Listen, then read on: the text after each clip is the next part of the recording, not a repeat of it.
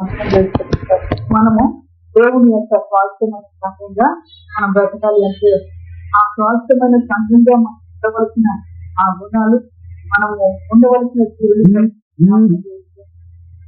అదే రీతిగా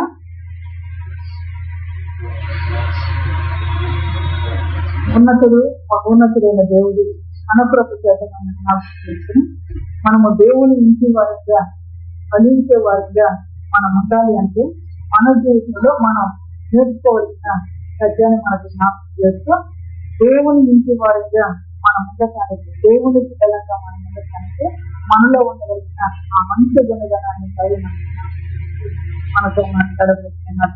పరిశుద్ధ లేఖనాల్లో మనం చూసినప్పుడు ఆది కాండములో దేవుని యొక్క వాటిని కలిగిస్తుంది యేసేపు యొక్క జీవితాన్ని ఇక్కడ గమనించినప్పుడు మరి అతడు కాని ఇంటిలో, అతడు తన తండ్రి ఇంటిలో కాకుండా మరి రాయి దేశంలో రాజు గారి ఇంట్లో, ఒక అధిపతి ఇంటిలో అక్కడ నివాసం చేస్తూ ఉన్నాడు. అయితే ఆ వ్యక్తి జీవితంలో ఏమి దాచిపెట్టబడ్డాయో ఏ రీతిగా మనం దేవుని గణపరుస్తూ బ్రతకాలో దేవుడు మనకు జ్ఞాపకం చేస్తూ ఉన్నాడు. మన జీవితాన్ని మనం పట్టుకోవటానికే దేవుడు సంగతి జ్ఞాపకం చేస్తున్నాం. అంతేకాదు మన జీవితాన్ని బట్టి ఇక్కడ మన జీవితాన్ని బట్టి దేవుడు సంతోషించేటట్టుగా మనం ఉండాలి అంటే మనకు నేర్పవలసిన పాఠాన్ని దేవుడు నేర్పించి మనకు సహాయం చేస్తున్నందుకు దేవుడు చేయమని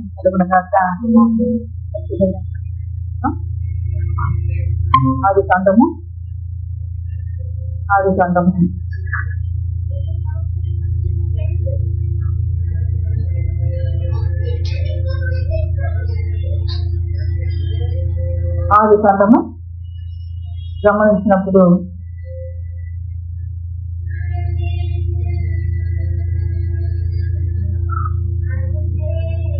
ఆది కాండం 39వ అధ్యాయము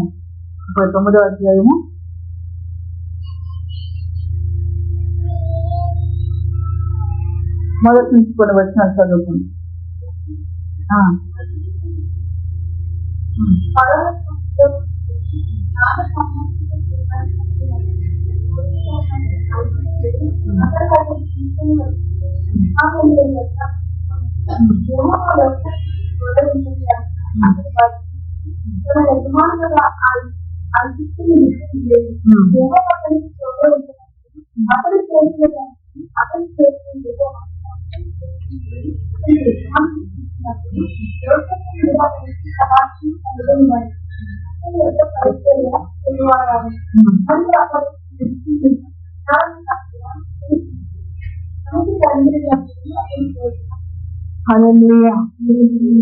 దేవుని ఇంటిలో మన జీవితాన్ని దేవుడు సంతోషపడే రీతిగా మనం ఉండటానికి కొన్ని సంగతులు మనకు ప్రభు జ్ఞాపకం చేస్తూ ఉన్నారు. ఇక్కడ గమనించినప్పుడు కొనబడుతూ వచ్చేదని పరిశుద్ధ లేఖనాలు సెలవిస్తుంది. అమ్మబడ్డదంటే కొనబడుతూ వస్తుంది. అయితే ఆ రెండో వచ్చిన చూస్తే యెహోవా యోసేపు నాకు తోడుగా ఉండెను కనుక అతడు వర్ధిల్లుతూ తన యజమానులకు ఆ ఐగుప్తుని యొక్క ఉండెను. దేవుడు తన తోడుగా ఉన్నదంట. తోడుగా ఉన్న ఆ వ్యక్తి జీవితంలో మనం చూస్తే అక్కడ ఏమవుతున్నాడంటే వర్ధిల్లుతూ ఉన్నాడంట. దేవునికి పని కలుగుతారు. పరిశుద్ధ లేఖనాలు మనం చూసినప్పుడు నీతిమంతుని గుడారము వర్ధిల్లుతూ అంటున్నాడు. నీతిమంతుని బట్టి దేవుడు సంతోషించేది. ఆ విధంగా ఇక్కడ ఈ యేసేపు యొక్క జీవితాన్ని మనకు జ్ఞాపకం చేస్తూ మనము ఆయన పిల్లలంగా మనల్ని బట్టి ఆయన సంతోషపడాలి. ఎప్పుడు ఆయన సంతోషించేదంటే మొట్టమొదట దేవుని కృప చేత దేవుడు మనకు తోడుగా ఉండి మనం బలపరుస్తున్నప్పుడు, మనం వర్ధిల్లుతూ ఉన్నప్పుడు దేవుడు మనల్ని బట్టి సంతోషిస్తూ ఉంటారు. దేవునికి మహిమ కలిగి ఆ విధంగా సంతోషించేటట్లుగా మన జీవితం ఉండాలంటే మనం ఏం చేయాలంట? వర్ధిల్లాలి. దేవునికి మహిమ కలుగునగాక. ఏ రీతిగా వర్ధిల్లాడు? దేవుడు తనకు తోడయించను అంటూ ఉన్నాడు. దేవుడు తనకు తోడయించను కనుక అతడు వర్ధిల్లుతూ ఉండను. దేవుడు ఎప్పుడు ఏ రీతిగా తోడై ఉంటాడో కూడా జ్ఞాపకం చేస్తున్నాడు. మనము దేవుడి యొక్క సహాయాన్ని మనం కోరుకున్నప్పుడు, దేవుడి మీద మనం ఆధారం కలిగినప్పుడు దేవుని యొక్క కృపను మనం తలంచుకుని దేవుని నామని మనం కనపరుస్తూ ఉన్నప్పుడు దేవుని గురించి మనం దేవుని కలుగుతారు. దేవుడు మనకు తోడుగా ఉంటాడు. అంతేకాదు పరిశుద్ధ లేఖనంలో మనం చూసినప్పుడు ఒక వ్యక్తిని ఏర్పాటు చేసుకున్నాక ఆ వ్యక్తికి దేవుడు తోడని నడిపిస్తున్నట్టుగా పరిశుద్ధ లేఖనాలు కలిగిస్తున్నాయి. మరి పరిశుద్ధ ఆది కాలంలో మొదటి మనం గమనించినప్పుడు ఏర్పాటు చేయబడిన వ్యక్తులకు దేవుడు తోడుగా ఉండేటట్టు వారిని నడిపించి వారిని వర్ధిల్లింప చేస్తూ ఉంటారు. కనుక మనం గుర్తించవలసినది నన్ను దేవుడు ఏర్పాటు చేస్తున్నాడు, నన్ను దేవుడు జ్ఞాపకం చేస్తున్నాడు, దేవుడు తన ప్రపంచత నన్ను బలపరుస్తున్నాడు. కనుక మనము దేవుడిని సంతోషపెట్టేటట్టుగా మనం ఉండాలి. ఎందుకు మాట చెప్తుందంటే దేవుని సన్నిధికి వచ్చి దేవుడి మాట గురించి దేవుడు దుఃఖ పెట్టే స్థితి మన జీవితంలో ఉండకూడదు. ఆ దుఃఖ పెట్టే స్థితి జీవితంలో ఉన్నప్పుడు దేవుడు ఏమంటాడంటే వారిని బట్టి నేను దుఃఖిస్తూ ఉన్నాను. ఎందుకు ఆయన చేయవలసినంత చేశాడు. చేసిన తర్వాత ఇంకా ఆయనకు దుఃఖం కలిగించే రీతిగా మనం ఉండక మనము దేవుని అందుపరిచే రీతిగా ఉండాలి. ఇక్కడ ఏసేవుని బట్టి మనం నేర్పిస్తున్నాం. సర్వ సత్యములోకి మనం నడిపించి వరకు దాసులకు స్థితిగాన మహిమలు కలుగుతాక దేవుడు అక్కడ యెహోవా ఏసేవు నాకు చూడయించాడు కనుక అతడు వర్ధిల్లుతూ తన యజమానులకు ఆ ఐగుప్తుని ఏర్పాటును బట్టి దేవుడు తోడుగా ఉన్నాడు, వర్ధిల్లుతూ ఉన్నాడు. దేవుడు ఏర్పాటు చేసుకున్నాడు. ఎందుకు అనగా వాక్యములు చూస్తే మన యొక్క ప్రజలను రక్షించుకోవటానికి దేవునికి మంచి కలిగిన వారు యాకోబు ఇంటి వారందరికీ మరి కరువు వచ్చిన ఆ యొక్క పరిస్థితుల్లో ఏం ముందుగా అక్కడికి వెళ్ళిన దాని ఏమంటారంటే ఈ ప్రాణ రక్షణ కొరకు దేవుడు నన్ను ఉంచాడు అంటారు. అంటే రక్షించుకోవడానికి దేవుడు ఏం చేశాడు? ముందుగానే ఏర్పాటు చేసుకున్నాడు. ఏర్పాటు చేసుకున్న వ్యక్తికి దేవుడు తోడుగా ఉంటాడు.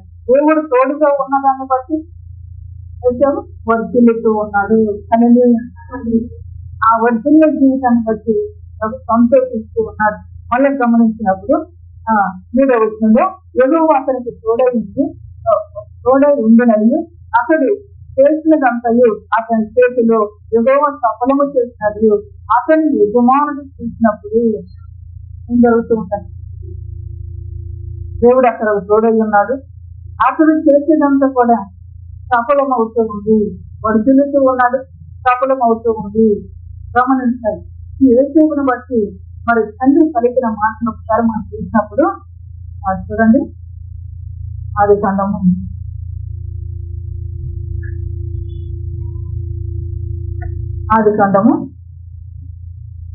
49వ అధ్యాయము 22వ వచనం ఒకసారి చదువు.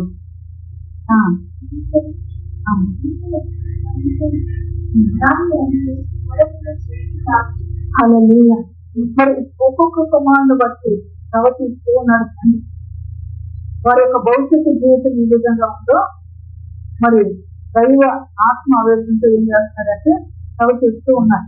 శిశువుని బట్టి చెబుతూ ఉన్నాడు, ఫలించడి కొమ్మ, తర్వాత ఓట యుద్ధ ఫలించడి కొమ్మ. ఆ తర్వాత అన్నాడు, దాని రెమ్మలు గోడ మీదకి ఎత్తి రాసించండి. వర్ధిల్లిపోతూ ఉన్నాడు, ఫలిస్తూ ఉన్నాడు. ఎక్కడ ఉన్నాడంటే ఓట యొద్ద. అదే మీరు ఓట యొద్ద యేసు యొక్క మనసంతా ఎక్కడ ఉంది అంటే దేవుడి వద్ద ఉన్నది. దేవుడికి మంచి కలిగినగాక. దేవుడిని కూడా ఏ హృదయం ఆడుకుంటుందో ఆ హృదయానికే దేవుడికి కృపను అనుగ్రహించగలిగిన దేవుడిగా ఉన్నాడు. కీర్తన గ్రంథం చూడండి, కీర్తన గ్రంథం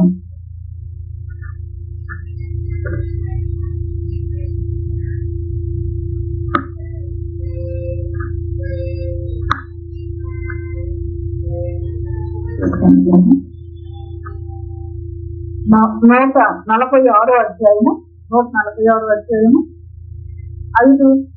5వ వచనం చదువుదాం.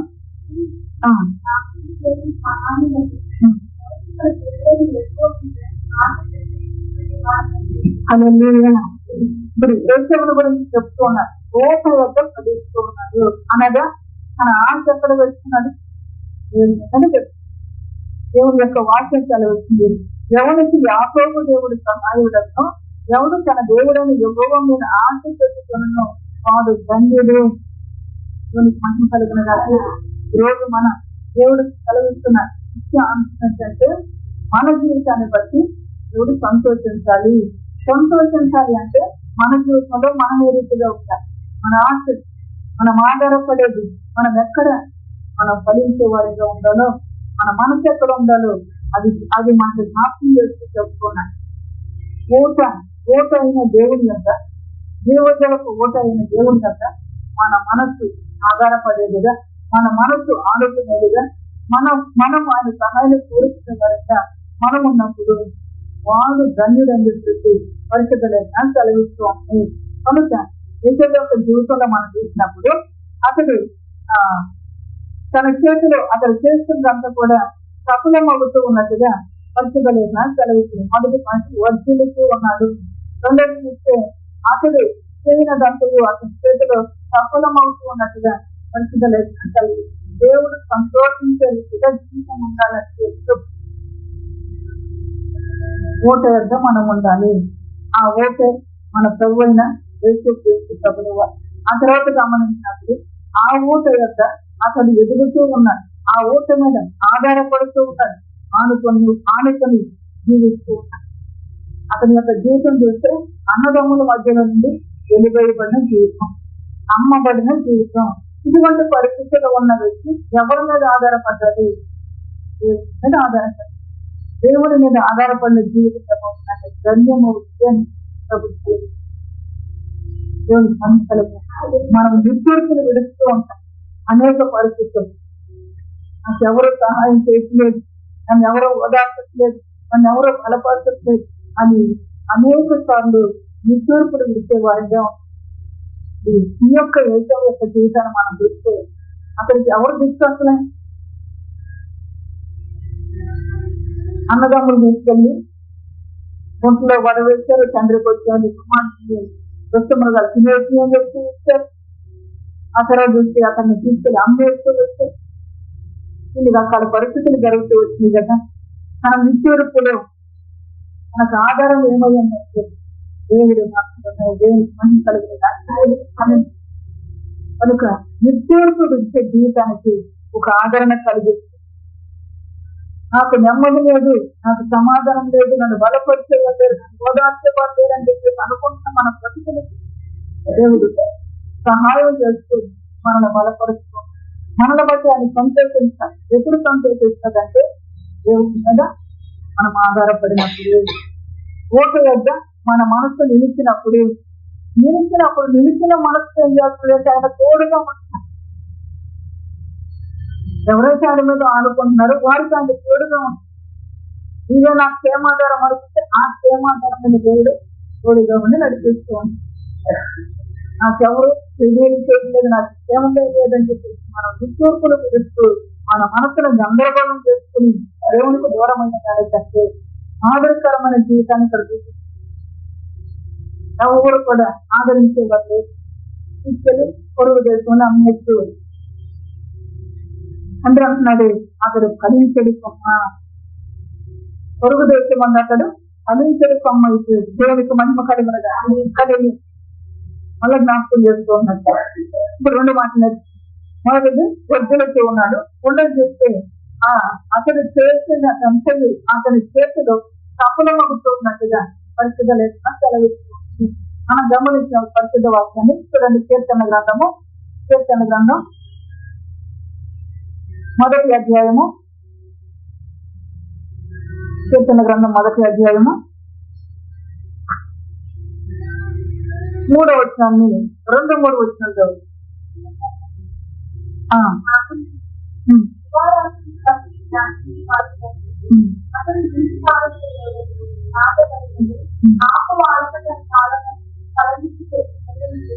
దేవునికి మహిమ కలుగుతుంది. అది గమనించిన చెప్తూ ఉన్నా పునర్జనానికి నేర్పిస్తూ మనము మన కష్ట పరిస్థితుల్లో మనము దేవుణ్ణి మహిమపరుస్తూ దేవుడు సంతోషించినట్లుగా మనం ఉండాలి అంటే దేవుని యొక్క వాక్యాన్ని ధ్యానించే వారిగా ఉండాలి. ధ్యానించిన వారు ధన్యుడు. వాక్యాన్ని ధ్యానించినప్పుడు ఏమొస్తుంది మనసులో కంటే అభ్యంతరం వస్తుందని నేర్చుకుంటూ వచ్చానని అడుగుతున్నా. ఆ అభ్యంతరాలు మన జీవితంలో ఉండకపోతుంది. ఏసేపు కూడా తన జీవితంలో అభ్యంతరం కలగవచ్చు. నా పరిస్థితులు ఈ విధంగా వచ్చి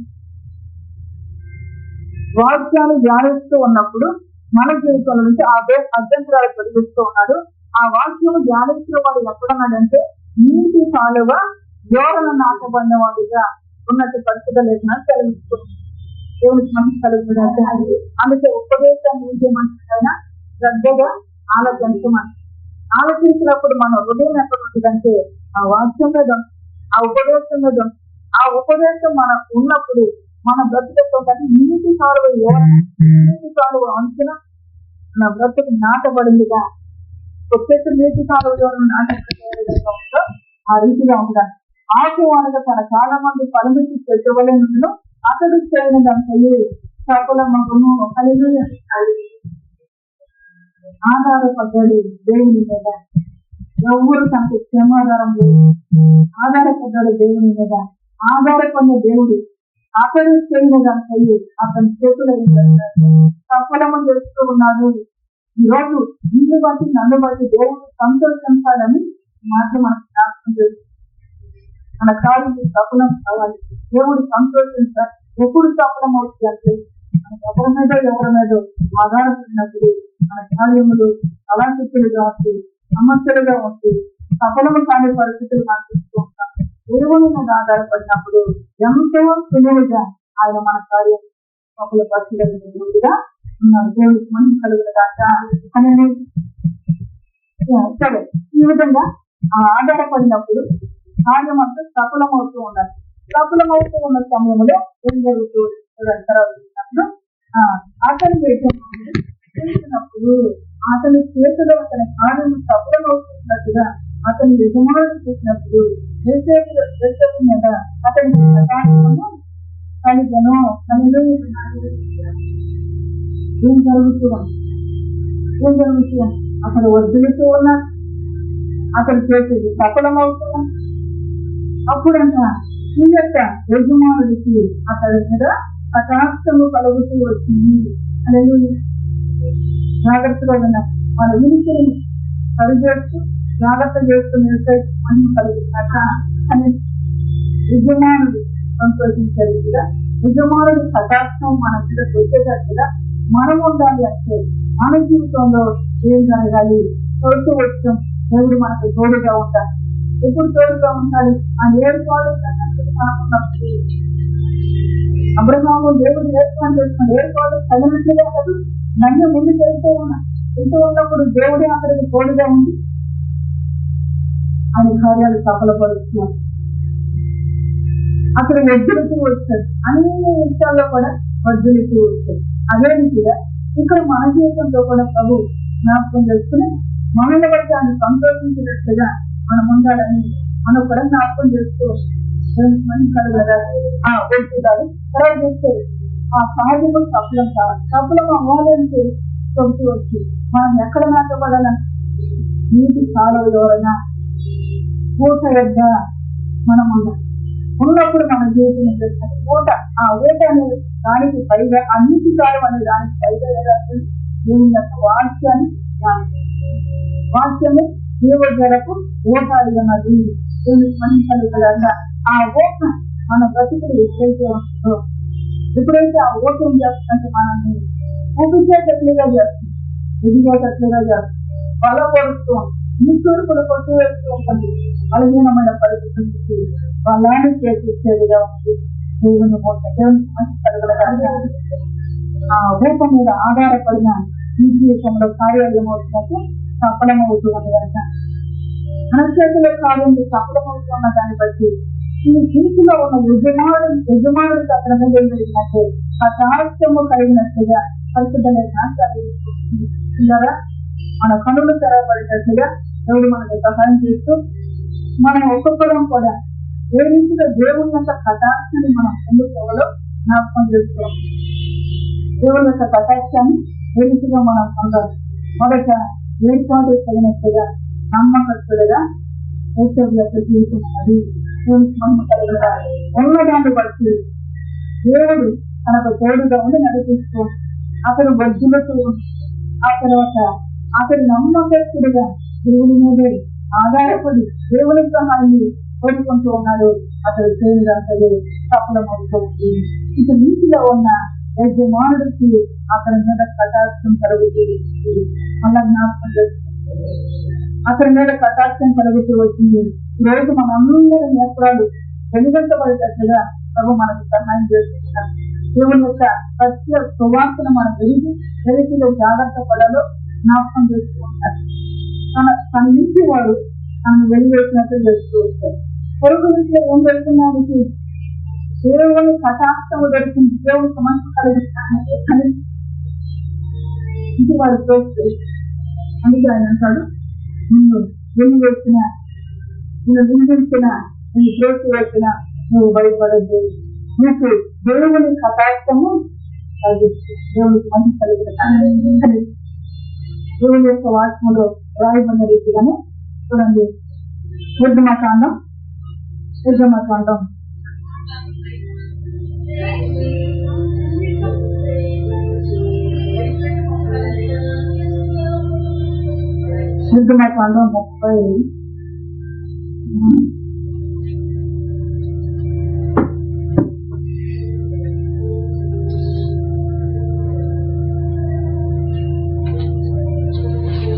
33వ అధ్యాయంలో రాయబడిన సంగతిని జ్ఞాపకం చేస్తూ మన గురించి జాగ్రత్త చేస్తూ మనం ఏ రీతిగా దేవుని సంతోషపెట్టే వారిగా ఉంటానో అవి మనకు సహాయం చేస్తూ మాట్లాడుతూ ఉన్నారు. ఇక్కడ గమనించినప్పుడు ఈ ఇశ్రాయేలు ప్రజలను దేవుడికి తీసుకొని బయటికి తీసుకొచ్చారు.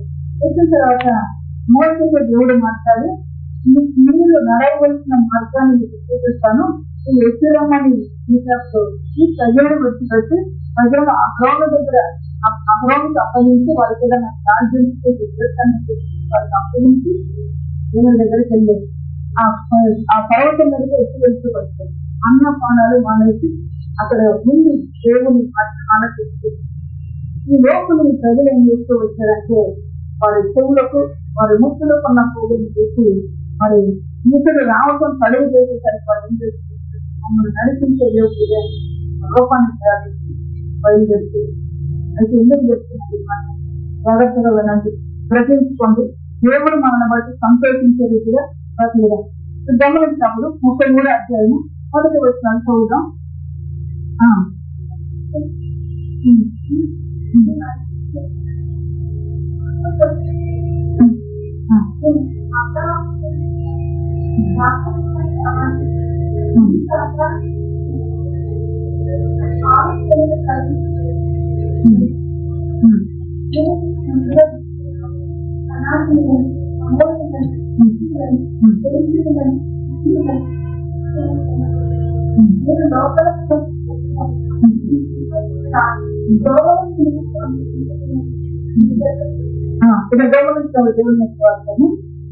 మరి ఇంతవరకు కూడా దేవుడు అన్నది తెలిసి చెప్పవలసిన సంగతులు చెప్పిన తర్వాత మళ్ళీ బయలుదేరి వెళ్ళండి అని చెప్పుకుంటున్నారు. ఎక్కడికి వెళ్ళమంటున్నాడు? పాలు పేరును ప్రవహించే దేశానికి నేర్చి వెళ్ళండి అంటున్నారు. అయితే నేను మీకు ముందుగా దోషను పంచి కనానీయులను, అమోరీయులను, మిస్టీలను, పెరిజీలను, ఎదుర్చీలను దండగొట్టలను మీరు లోబడాలని ప్రజలు కనుక నేను మీతో కూడా దేవుడు మనకు తోడుగా రావాలి అంటే మనము దేవునికి లోబడే వారిగా ఉంటాము. దేవునికి మహిమ కలుగును గాక. యేసోబు యొక్క జీవితంలో మనం చూస్తే అతడు ఎవరికి లోబడ్డాడంటే దేవునికి లోబడుతూ, లేకపోతే మధ్యలో ఎక్కడో చోట తిరుగుబాటు చేసే వయసు దరిదాపు సుమారుగా ఒక 17-18 సంవత్సరాలు అనుకుంటుంది. అటువంటి వయసులో మరి ఒక వ్యక్తి తీసుకెళ్లి ఒక వ్యక్తికి అమ్మేస్తూ ఉంటే ఓటను చూస్తూ ఉంటాడు. తిరుగుబాటు చేసి ఏదో ఒక కార్యక్రమం చేయడం లేదు అని ఉన్నాడంటే దేవుడు తనను దర్శించాడు. దేవుడి కళల ద్వారా, దర్శనాల ద్వారా దేవుడు తనను దర్శిస్తూ వచ్చాడు. దర్శించిన ఇవన్నీ కూడా తన మనసులో పెట్టుకుంటూ వచ్చాడు. దేవునికి మహిమ కలిగినదా ఏం జరిగింది నా పట్ల దేవుడికున్న ప్రణాళిక, ఆ ప్రణాళిక నెరవేర్చబడాలని దేవుని మీద ఆనుకున్న వ్యక్తిగా ఉన్నారు, దేవునికి లోబడిన వ్యక్తిగా ఉన్నారు. ఇప్పుడు మోసేతో దేవుడు చెప్తూ ఉన్నాడు, నేను మీతో రాను, మీకు ముందుగా ఒక దూతను పంపిస్తాను కానీ మీతో రాను. ఎందుకంటే రానంటున్నాడు, మీరు లోబడని ప్రజలు. ఒకవేళ వస్తే మధ్యలోనే ఏం చేస్తానంటున్నాడు, త్రోవలో మిమ్మల్ని సంహరించదనేమో అని మోసేతో చెప్తాను. ఒకవేళ మీతో వస్తూ ఉంటే త్రోవలో మేము సంహరిస్తాను. ఎందుకని నమ్మకస్తులుగా మీరు లేరు, లోబడినట్లుగా మీరు లేరు. మరి దేవుని ఏర్పాటు తగినట్లుగా నడవలన ఆలోచన మీలో లేదు. ఈ కారణాన్ని నేను మీలో నడుస్తూ ఉంటే కోపం వచ్చి నేను సంహరిస్తాను రాను. గమనించండి, పరిశుద్ధ లేఖనాలు.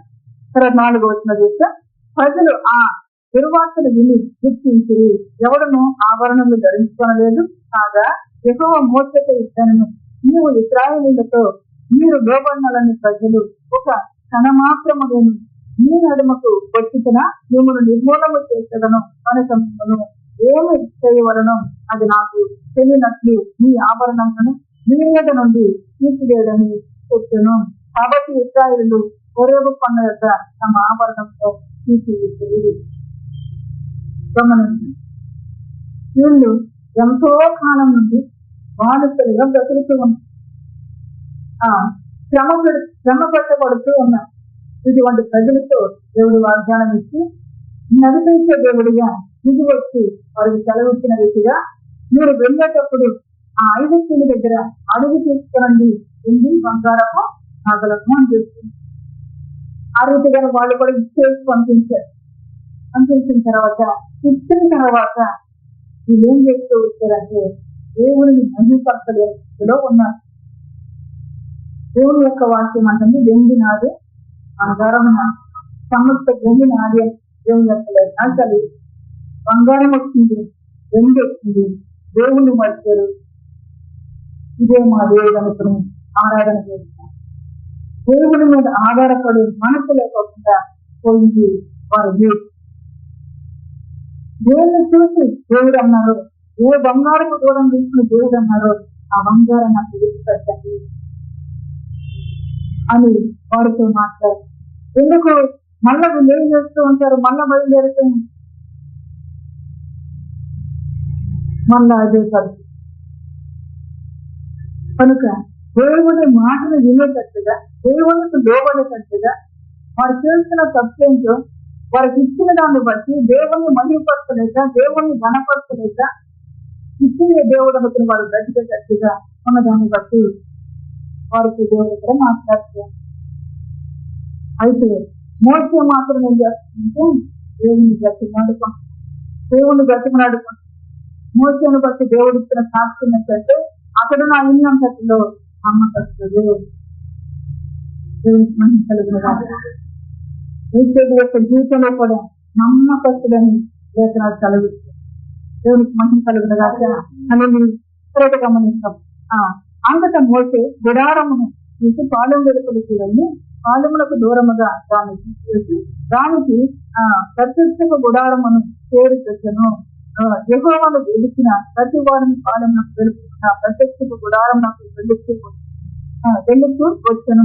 యెహోవా మోసే ఆ గుడారమునకు వెళ్ళినప్పుడు ప్రజలందరూ చూసి ప్రతి వాడును తన గుడారం ద్వారా తీసి అతడి గుడారములోనికి పోయే వరకు విలుపెట్టి విధానికి తీసుకొచ్చాను. ఇది దేవుని యొక్క మాట ఆలోచన. మోసే వెళితే ప్రజలందరూ కూడా వెనుక తప్పుతారు. అక్కడ పైన ఒక మాట్లాడుతుంది, ఆ దుర్వార్త వెళ్ళి వాళ్ళందరూ చేశారంట, హెచ్చించారు. ఏ దుర్వార్త? దేవుడు రాను,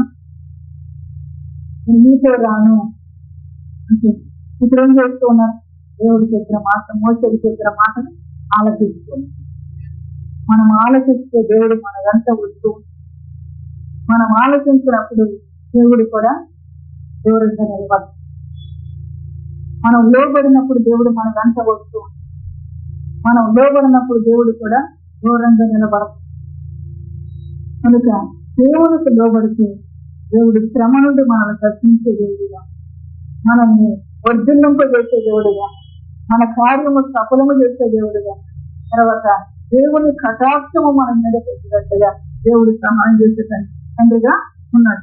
12వ వచనం చదువమ్మా. మోషే యెహోవాతో ఇచ్చాను, చూడము ఈ ప్రజలను తోడుకొని పొమ్మని నీవు నాతో చెప్పుకున్నావు, కానీ నాతో ఎవరిని పంపెదవో అది నాకు తెలియలేదు. నేను నీ పేరును బట్టి నేను ఎరిగి ఉన్నాను, నా కటాక్షము నీకు కలిగినదని చెప్పుతుంది కదా. కాబట్టి నీ కటాక్షము నా ఎడల కలిగిన ఎడల, నీ కటాక్షము నా ఎడల కలుగునట్లుగా దయచేసి నీ మార్గము నాకు తెలిసింది, అప్పుడు నేను తెలుసుకుందును అని వచ్చే దేవునితో మాట్లాడుతున్నాను. రోజు మన అందరం ఆత్మీయమైన జీవితాన్ని చక్కవేసుకుంటాం. మీరు మాదిరికరమైన వ్యక్తులు. ఈ మాదిరికరమైన వ్యక్తుల జీవితంలో ఎవరిని అనుసరించి వారు నడుస్తూ వచ్చారు, ఎవరి సహాయం కోరుకుంటూ వారు నడుస్తూ వచ్చారు, ఎవరి కరుణా కటాక్షాలు వారు పొందుతూ వచ్చారో దేవుని యొక్క లేఖనాలు చాటగా రాయబడుతుంది. నువ్వు రాకపోతే మేము వెళ్ళము, నువ్వు మాతో రావాలి అని మోసే దేవుని అడుగుతూ ఉన్నాడమ్మా. అమ్మని చెబుతున్నా, ఎవరిని పంపిస్తూ ఉన్నావు? నాకు నువ్వు నాతో రావాలి, నీ కటాక్షం నా మీదకి రావాలని అడుగుతున్నాను. చిత్తము నీ జనము నీ ప్రజలే కదా అని. అందుకు ఆయన నా సన్నిధి ఒకసారి మాట్లాడాలి. నీ జనము నీ ప్రజలే కదా, నీ ప్రజలు లోబడిన ప్రజలు, నేను రాను అంటున్నాను. నీ జనుడు ఎవరు? నీ ప్రజలే కదయ్యా. ఎంత సాత్వికుడు మోసేను ఒకసారి జ్ఞాపకం. మోసే జీవితం ఎంత సాత్వికం ఉందో ఒకసారి జ్ఞాపకం. ఈ ప్రజలు నీ ప్రజలే కదయ్యా. లోబడిన ప్రజలను క్షమించేది నీవే, నడిపించేది నీవే, లోబడిచేది మనసు మార్చేది నీవే. నువ్వు రాను అనొద్దు, ఈ ప్రజలు నీ ప్రజలే రమ్మని వస్తున్నాడు. దేవునికి మహిమ కలుగుగా మళ్ళీ జ్ఞాపకం చేసుకున్నాను. అసరైతే వచ్చిన చూద్దాం. అందుకు ఆయన నా సన్నిధి నీకు తోడుగా వచ్చును, నేను నీకు విశ్రాంతి కలుగు చేస్తును. మోసేంది నీ సన్నిధి రాని ఎడల ఇక్కడ నుండి మమ్మల్ని తోడుకొని పోకము. నా ఎడలను నీ ప్రజల ఎడలను నీకు హఠాత్తము కలిగినదని దేని వల్ల తెలుసుకోవడం, నీవు మాతో వచ్చుకోవాలనే కదా.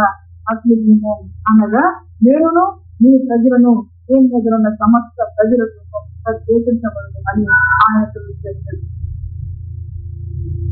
నీ కటాక్షం మా మీదకి వచ్చినట్టుగా ఎట్లా తెలుస్తుంది అంటే నువ్వు మాతో వచ్చుకోవాలని దేవుని అందరూ విడిచిపెట్టిన యేసు యొక్క జీవితంలో ఎవరు తోడుగా ఉన్నారంటే దేవుడు తోడుగా వస్తుంది.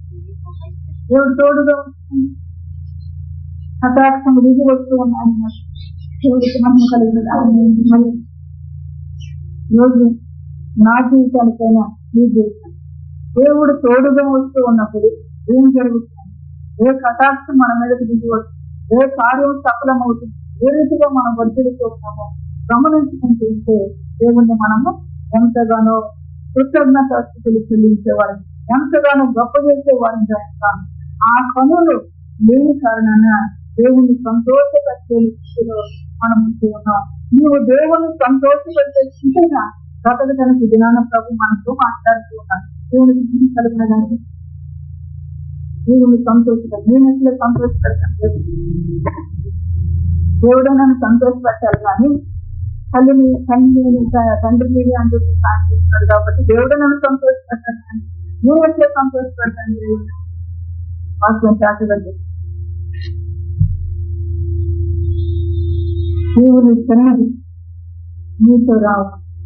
ఎప్పుడు వస్తూ ఉన్నదంటే నువ్వు లోబడుతూ ఉన్నప్పుడు, ఎప్పుడు వస్తూ ఉన్నదంటే నువ్వు మాట వింటూ ఉన్నప్పుడు, నువ్వు నమ్మకంగా ఆయన మీద ఆధారపడినప్పుడు ఆయన సన్నిధి నీతో వస్తుంది. ఆయన నీకు తోడుగా ఉంటూ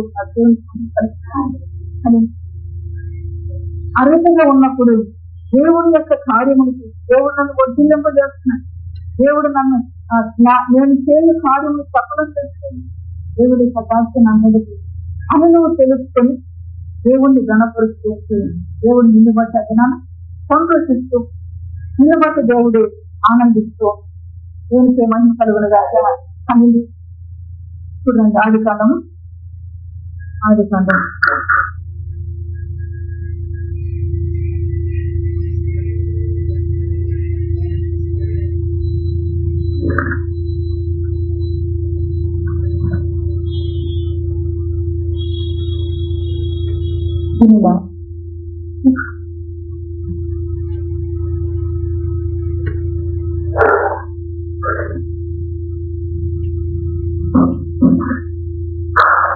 ఆదికాండము 39వ అధ్యాయం. ఏసవు మీద అతని కటాక్షము కలిగను. అతని యజమానుడు చూసినప్పుడు అతడిలో జరుగుతున్న కార్యాలకు యజమానుడు చూస్తున్నప్పుడు అతని కటాక్షము కలిగను. కనుక అతని యొక్క పరిచర్య చేయవాడాయను. మరియు అతడు తన ఇంటి మీద విచారణకర్తగా నియమించి తనకు కలిగినదంతా అతని చేతికి అప్పగించను. పైన 3 సంగతులు చెబుతూ ఉన్నాడు. దేవుడు తోడుగా వస్తున్నాడు, వర్ధిల్లుతూ ఉన్నాడు, కటాక్షం కలిగి. ఇవి కలిగిన తర్వాత ఆ వర్ష జీవితాన్ని బట్టి మనలో ఆ వర్ష జీవితాన్ని బట్టి ఆ కృతజ్ఞతను బట్టి ఇప్పుడు యజమానుడు ఏం చేస్తూ ఉన్నాడు. తర్వాత కూడా మళ్ళీ 3 సంగతులు చెప్తున్నాడు. చూడండి, యజమానుడు ఏం చేస్తున్నాడంటే పరిచర్య చేసేవాడిగా, తర్వాత మరియు అతడు తన ఇంటి మీద విచారణకర్తగా అతను నియమించి తనకు కలిగినదంతా అతని చేతికి అప్పగించను. దేవుని యొక్క వాక్యం కలిగి తండ్రివన్నీ నావన్నీ దేవునికి మహిమ కలుగుతాయి. ఇప్పుడు ఈ యజమానుడు ఏం చేస్తూ వచ్చాడంటే అతనిదంతా అతని చేతికి అప్పగించినట్టుగా పరిశుద్ధ లేఖనాలు కలిగిస్తుంది. ఇప్పుడు చెప్పండి, అది ఎందుకు మనల్ని బట్టి సంతోషించాలి? దేవుడు సంతోషించేటట్లుగా నువ్వు బ్రతుకుని ఎందుకు చెప్తూ ఉన్నాడంటే మనము వాక్యాన్ని శ్రద్ధగా విని ప్రవేశిస్తున్న దాన్ని బట్టి మన జీవితంలో ఏం చేయాలనుకుంటున్నాడు, మనం ఎట్లా ఉంచాలనుకుంటున్నాడు, పరిచయంలో ఉంచాలనుకుంటున్నా, లేకపోతే ఆ ఇంటి మీద యజమానులుగా ఉంచాలనుకుంటున్నాడా, కలిగిన విధంగా అప్రదించాలని ఈ పరిస్థితుల్ని జ్ఞాపకం చేస్తూ దీన్ని బట్టి ఆయన సంతోషపరిచేట్లుగా బ్రతకమని దేవుడి సెలవు, దేవుడి మహిమ కలుగలగా కలిగి ఎంత మార్పు చూడండి. ఇంటి నుంచి వెలువెళ్ళబడ్డారు, అన్నదమ్ములు అసూయ పడ్డారు తన మీద, తనని పొరుగు వారికి అమ్మేసి అమ్మవేయబడిన ఆ జీవితంలో దేవుడు ఘనకార్యములు జరిగిస్తూ ఆ ఘనకార్యములు ఏ రీతిగా జరిగింది, ఎప్పుడు జరిగింది, ఎందుకు జరిగింది అని మనం చూస్తే అతడు దేవుని మీద ఆధారపడిన వ్యక్తిగా, దేవునికి మహిమ కలుగలగా, దేవుని మీద ఆధారపడిన వ్యక్తిగా, దేవుని మీద ఆధారపడటానికి కారణం ఏంటి అంటే అతడు అంతకుముందు కలలు గంటూ వచ్చాడు. ఇవన్నీ కూడా తన తండ్రితో తన సహోదరులతో చేసినప్పుడు వారందరూ కూడా చేసిన తనకు దర్శనం పడుతుంది. కానీ ఇతర మనసులు ఏమండి, కానీ కళలన్నీ దేవునికి మహిమ కలుగుతాయి.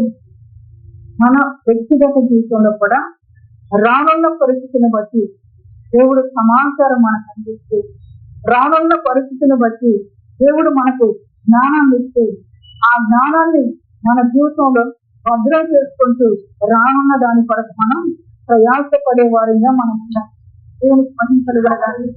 ఇక్కడ యేసు యొక్క జీవితంలో జరిగిన కార్యం రానున్న సంగతుల గురించి కళల ద్వారా దేవుడు మాట్లాడిన దాన్ని బట్టి ఇప్పుడు ఎవరికి విజయుడయ్యాడు? దేవునికి విజయుడు, దేవునికి లోబడ్డ,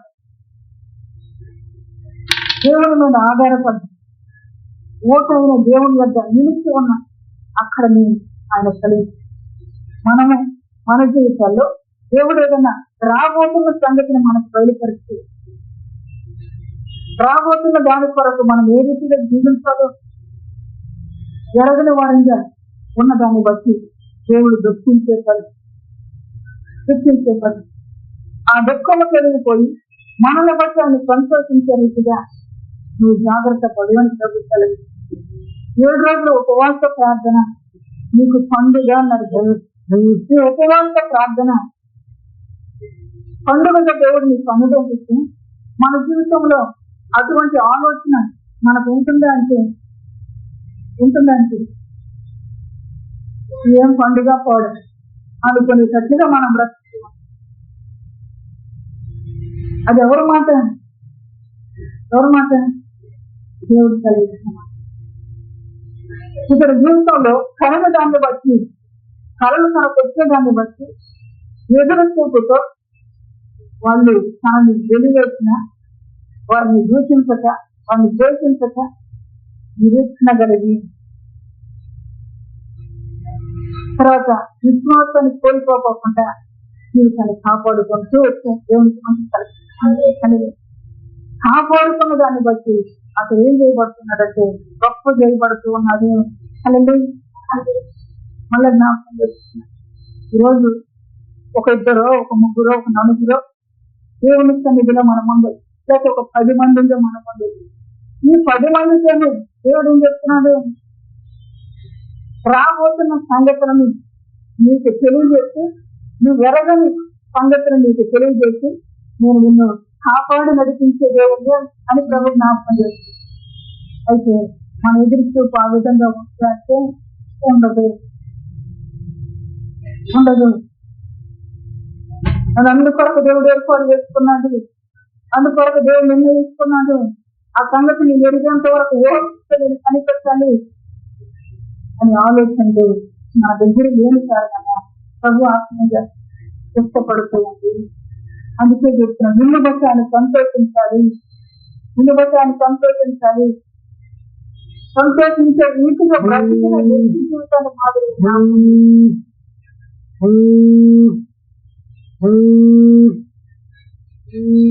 మనం ఎవరు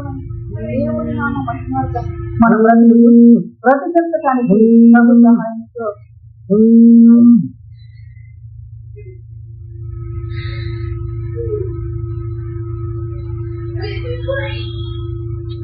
ప్రభు సహాయంతో మన జీవితాన్ని దేవునికి అప్పగించుకుంటూ ఎదురు చూసే వారంగా ఉండాలి, నిట్టూర్పులు ఇచ్చే వారంగా ఉండకూడదు.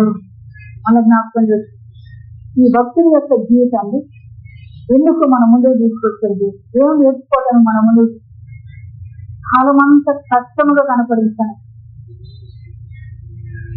మన వస్త్రాలు కూడా లాగి తండ్రి విచిత్రం అని ఒక అన్ని గుర్తించి అతడిని బిడ్డలందరికంటే ఎక్కువగా ప్రేమిస్తూ ఒక మంచి వస్త్రాన్ని అతనికి పొడిగించి వస్త్రాన్ని తీసుకెళ్తారు. ఇదిగో నీ కుమారుని వస్త్రం అని ఆ రక్తములో ముందు తీసుకెళ్లి ఇచ్చిన వారిగా ఎటువంటి భయంకరమైన స్థితిలో ఉన్నాడో ఆ వ్యక్తి జీవితాన్ని దేవుడు ఎంత గొప్పగా ఎందుకు మనుస్తూ వచ్చాడు. ఆ వ్యక్తి జీవితాన్ని బట్టి సంతోషిస్తూ ఈ రోజు మనతో ఎందుకు మాట్లాడుతుంది అని అంటే, మన జీవితంలో మనం తెలుసుకోవాల్సిన అని ప్రభు మనకు జ్ఞాపకం చేసుకున్నాడు. మన జీవితంలో మనం తెలుసుకోవాల్సిన ఆ మర్మయుక్తమైన జ్ఞానాన్ని మనం ఎరిగి బ్రతకడానికి జ్ఞాపకం ఏమీ లేదు, నిరాధారుడైపోయాడు. వస్త్రం కూడా పోగొట్టుకున్నాడు. అన్నలకు ఇద్దరమ్మని తీసుకెళ్ళాడు, అన్నలకు ఇద్దరు అయిపోయింది. ఇంకేమన్నా ఉండదు, ఏమీ లేదు. ఇక కలిగింది ఎవరు అంటే సత్యవంతుడిని దేవుణ్ణి మాత్రమే కలిగి ఆ దేవుని మీద ఆధారపడి ఆ దేవుడు తన మీదకి కటాక్షము దిగి వచ్చేటట్టుగా ప్రపంచ రైతు దృష్టి మోసే కూడా అదే కోరుకుంటుంది. నీ కథ నీదే ఈరోజు వ్యక్తిగతంగా నా లేకపోతే మీ గురించి అయినా దేవుడు కలిగిస్తున్నట్టే ఆయన మన కొరకు మేలునే దాచి ఉంచి దాచి ఉంచిన మేలును పొందేటట్టుగా మార్గాన్ని చూపిస్తోంది. కొంచెం అడుగుతున్నాడు, మార్గం నాకు తెలిసి మన కటాక్షించే మార్గం నాకు తెలియదు. మార్గాన్ని తెలియజేసే దేవుడిగా నువ్వు లోబడి నిలిచి ఉండి వీటి కాలువ ఎవరన్నా నిలవబడ్డ నిలిచి ఉండి నీ కార్యము సఫలమైనది. నువ్వు వచ్చి దేవుని నామాన్ని ఘనపరుస్తూ దేవుడు చేస్తున్న కార్యాన్ని బట్టి దేవునికి కృతజ్ఞత స్తోత్రాలు చెల్లిస్తూ నువ్వు బ్రతుకుతూ నీకే ఏం అప్పగిస్తున్నాడు ఆయన? నీకే ఏం అప్పగిస్తున్నాడు? బాధ్యతకరమైన జీవితాన్ని అప్పగిస్తూ దేవునికి మహిమ కలిగిన ఒక ఉన్నతమైన జీవితాన్ని అప్పగిస్తూ దేవునికి మహిమ కలిగిన దాకా చదవండి. ఆ మాటలు మళ్ళా చదవండి. 4వ వచనం.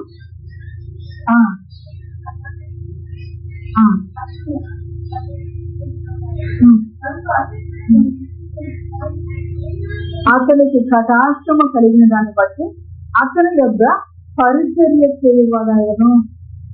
దేవుని యొక్క లేఖనాలు గతకాలంలో మనం నేర్చుకున్నాం.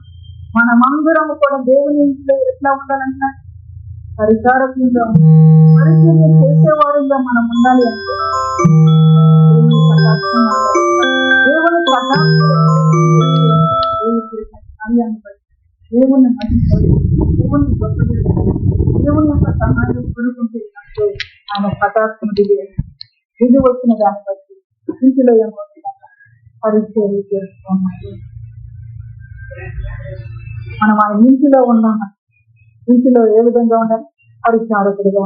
తర్వాత గమనించి మరియు అతడు తన ఇంటి మీద విచారణకర్తగా దేవునికి మహిమ కలుగునగా విచారణకర్తగా ఇంటి మీద దేవుని యొక్క లేఖనం చూడండి.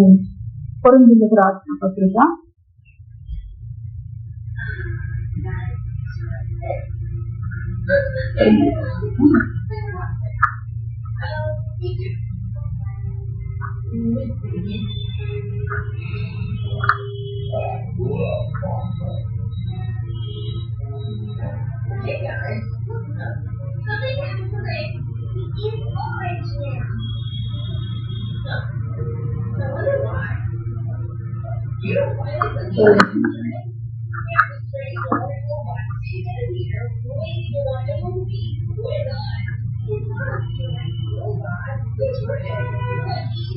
1 గృహ నిర్వాహకుడు.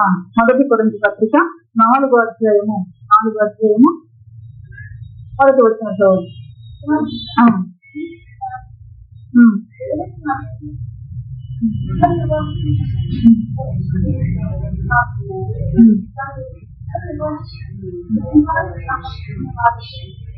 హల్లెలూయా. గృహ నిర్వాహకుడు విచారణ కర్తగా దేవునికి మహిమ కలుగునగాక. దేవుని యొక్క లేఖనాలను మళ్ళీ చదువుతున్న మాట. ఈలాగున క్రీస్తు సేవకుల మరియు మొదట పరిచారకులు, తర్వాత దేవుని మర్మముల విషయంలో గృహ నిర్వాహకుల మరియు ఏం చేస్తున్నట్టు గృహాన్ని నిర్వహిస్తూ ఉన్న గృహం పైన విచారణకర్తగా తెలిసి వచ్చాను. తర్వాత ప్రతి మనుషుడు మమ్మను భావింపగలను మరియు గృహ నిర్వాహకుడు ప్రతివాడు నమ్మకమైన వాడ ఉండుట ఆవశ్యకము. దేవుడు ఏం కోరుకుంటూ ఉన్నాడంటే ఆ ఇంటిలో బాధ్యతలన్నీ కూడా ఇప్పుడు దేవుడు ఆ యజమానుడు అప్పగిస్తూ వచ్చి ఆ గృహం యొక్క సంగతులన్నింటినీ అదే విధంగా నిన్ను బట్టి నన్ను బట్టి ఇంత ముందు కూడా నేను మీకు ప్రార్థనగా చూపిస్తూ ఇప్పుడు రాసిన చూపిస్తూ మనము పరిచారకులముగాను గృహ నిర్వాహకులుగా మనము ఉండాలని చెప్పేసి విచారణ. ఆ గృహము నిర్వాహకుడు ఏం చేస్తాడంటే గృహంలో కావలసినంత కూడా విచారిస్తున్నాడు. అట్లాంటి వ్యక్తిగా మారుస్తూ దేవునికి కలుగునగా. ఈరోజు మన ఆత్మీయమైన జీవితంతో ఆ గృహ నిర్వాహకుడిగా ఉండటం ఆవశ్యకము. ఎవరికి అయ్యో ఇప్పుడే మర్చిపోతున్నారు. ప్రతి వాడును కలిగిన ప్రతి వాడు కూడా ఆ విధంగా ఉండటము అవసరమై ఉన్నది అంటున్నారు. మరి అందరికీ కూడా ఇది అవసరమే. ఒక సేవ చేస్తున్న సేవ కాదు, అందరికీ అవసరమే. ఈ అవసరమైన దాన్ని మనం సంపాదించుకోవాలంటే ఓట వద్ద మనం నిలవాలి. దేవుడు మనకు రావాలి. దేవుని కటాక్షం మనం పొందాలి. అప్పుడు పరిచారకులం అవుతుంది. అప్పుడు మనము గృహ నిర్వాహకులు నమ్మకస్తులుగా. విచారణకర్త అంటే అసలు నమ్మకస్తుడైతేనే విచారణకర్తలు పెట్టుకుంటారు. రోజు తిరగవాళ్ళు విచారణకర్తలు పెట్టుకుంటే నమ్మకస్తుడిగా ఉండాలి. దేవుని సంతోష పెట్టాలి అంటే మన జీవితం ఏ రీతిగా ఉండాలో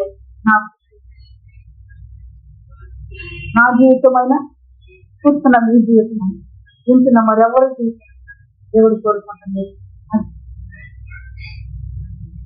ఇల్లు అప్పగించినప్పుడు ఆ ఇంటిలో పరిస్థితుల్ని గమనించుకోవాల్సిన వ్యక్తి మనం జ్ఞాపకం చేస్తాం. ఇంటిలో పరిస్థితులు గమనించుకునే వ్యక్తిగా మనం ఉండాలని దేవుడు కోరుకుంటే ఆ గమనిక మనలో లేక మనం ఏం చేస్తున్నాం? పసిపోతూ ఉంటాం, దూరం అయిపోతూ ఉంటాం. ఆ దూరమయ్యే స్థితి ఉండకూడదు అన్నారు. అందరికీ అది అవసరం. సంఘములో దేవుని ఇంటి వారంగా చెడు వస్తున్న మనందరికీ కూడా ఇది ఆవశ్యకం అంటున్నాను. ఒకరికే కాదు, పలానా వ్యక్తికి మాత్రమే ఇది అవసరం అంటూ అందరికీ బాధ్యతాయుతంగా ప్రభు నీతిలో మనం ఉండి ప్రభుని గణపరిచేటట్లుగా ఓ రఘుని మహామహిమ కలిగిన దేవుని కృపలను అనుభవించడానికి నేను నిన్ను పలకరించి జీవిస్తున్నాను అన్నట్టు ఆయన కృప చేత నీవు బ్రతికి నీవు ధన్యురాలుగా ప్రభునందు విశ్వాసంతో అటువంటి జీవితం కావాలి అంటే ఆ వ్యక్తి దేశం యొక్క వ్యక్తిగత జీవితాన్ని బట్టి మాదిరికరమైన జీవితాన్ని బట్టి మనతో మాట్లాడు విచారకుడయ్యాడు. విచారణకర్తగా అయ్యే తర్వాత అతనిని నియమించి తనకు ఖరీదైన అంతయు అతని చేతికి అప్పగించను. అడిగినదంతా అతని చేతికి అప్పగించను. అడిగిన అనగానే ఇక్కడ యోధలాగా ప్రభు తంచి మన మూర్తినకు అడిగినదంతా దేవుని దగ్గర ఏముంది? ఆయన సర్వ సంపదల కానీ మన ఆత్మకు కావలసిన జ్ఞానము ఆయన దగ్గర ఉన్నది. మన ఆత్మకు కావలసిన సౌందర్యము ఆయన దగ్గర ఉన్నది. మన ఆత్మను చక్క చేసుకోవడానికి కావలసిన గుణగణాలన్నీ కూడా ఆయన వద్ద ఉన్నాయి. ఇప్పుడు యజమానుడు ఏం చేసేదంటే అడిగినదంతా అప్పటి దేవునికి మహిమ కలుగునదాక. ఓ నా ప్రియ సంఘమా, నీ రూపం ఇది అంటారు, నీ పోలిక ఇది అంటారు, నువ్వు రీతిగా మార్చబడాలి అంటారు. ఈ విధంగా మన రూపుదిద్దుకోవాలి దేవుని. అందుకే అక్కడ అపోజిట్ అంటున్నాం, దేవుని సేవకులమై దేవుని మర్మాన్ని ఎరుగుతూ వారు గృహ నిర్వాహకులుగా ఉన్నారు అని చెప్తుంది. రోజు సంఘం అనేది ఈ స్థితిలో ఉండాలి. దేవునికి మహిమ కలిగిన దాకా సంఘము దైవ జ్ఞానం ఎరగాలి, దైవ మర్మము దైవ సత్యము ఎరగాలి. ఎరుగుగాలి దేవునికి మహిమ కలిగిన చెప్తున్నాడు. క్రమం ఎట్లా మార్చబడుతుంది, విచారణకర్త తర్వాత కలిగిన దాని అంతటి మీద అది దేవునికి మహిమ కలిగిన అప్పగించబడుతుంది. అతనికి దేవునికి మహిమ కలిగిన కాదు. మన వ్యక్తిగత జీవితంలో మనం ఏమి సంపాదించుకుంటున్నాం, మన వ్యక్తిగత జీవితాన్ని మనం ఏ రీతిగా ప్రభు ఎక్కడించుకుంటూ ఉన్నామో వారు ఆలోచించారు. దేవుడు సంతోషించే రీతిగా ఉంటుంది నా ప్రతిదీ, అయితే ఇంకా దేవుని దుఃఖపెట్టేటట్లుగానే నేను మిగిలిపోయి రోజు మనం ముఖ్యంగా ఆయన ఏర్పడుతుంది. దేవుని సంతోషపెట్టేటట్టుగా నువ్వు బ్రతుకుతా అన్నాడు. సంతోషపెట్టినట్టుగా బ్రతకాలి. నీకు ఇచ్చిన మాట మీద నీకు నమ్మకం ఉండాలి. 7 దినాల ఉపవాసం అంటే నా సహవాసంలో ఇది నీకు ఒక పండుగ అన్నాడు. విద్య ఉండాలని నమ్మకత్వం ఇలా ఉండాలి. ఆ నమ్మకమైన వ్యక్తికి ఇక్కడ కనపడుతుంది. మనకు వచ్చిన దేవుని దర్శనాన్ని బట్టి నమ్మిన దాన్ని బట్టి తన జీవితం ఏమవుతూ వచ్చింది, సఫలమవుతూ వచ్చింది. మహిమ కలిగిన మరి మన నిర్దోషులెంతో ఆ ఎరిగేడు కనుక జ్ఞాపకం లేదు. మన నిర్దోషులెంతో దేవుడు ఎరిగేడు కనుక మన జీవితంతో మాట్లాడుతుంది. నేను వెళ్ళాను, నాకేమి లాభం వచ్చింది, నేను వెళ్ళాను, నా జీవితంలో నేనేం చూడలేదు అని అనుకుంటూ విద్యుత్తులు వచ్చేవారుగా ఉండక ఇక ఉండక అని ప్రభుత్వం ఉండక నీవు ఎదురు చూసినప్పుడు దేవుడు ఇంతకు ముందు పరో ఇల్లంటే ఎంతో తెలియదు తెలుసా? ఇంకా ఆ ఇంట్లో ఏం పరిస్థితులు వచ్చాయి, కానీ ఆ ఇంటిలో తీసుకొచ్చి ఇంటిలో పరిస్థితులన్నీ కూడా అర్థమైంది. దేవుడికి మహిమ కలిగిన కొన్నాడు కొనుగోలు వ్యక్తిని రూపు మార్చబడుతూ వచ్చినట్టుగా పరిస్థితులు చాలా మంది విలువైన రక్తం ఇచ్చి మనకు కొనుక్కుంటారు. కొనుక్కున్న ఆ ప్రభు దగ్గర మన రూపు మార్చబడాలి. దేవునికి మహిమ కలుగుతుంది. మనము ఉన్న స్థితిలోనే ఉండిపోతాం. మనము క్రమముగా మార్పునందే వారికి దేవుడిని సంతోషపెట్టే వారికి ముందుము గాక. దేవుడి పరిశుద్ధ వాక్యం మన ఉనికిలో జీవించిన గాక. ఆమేన్.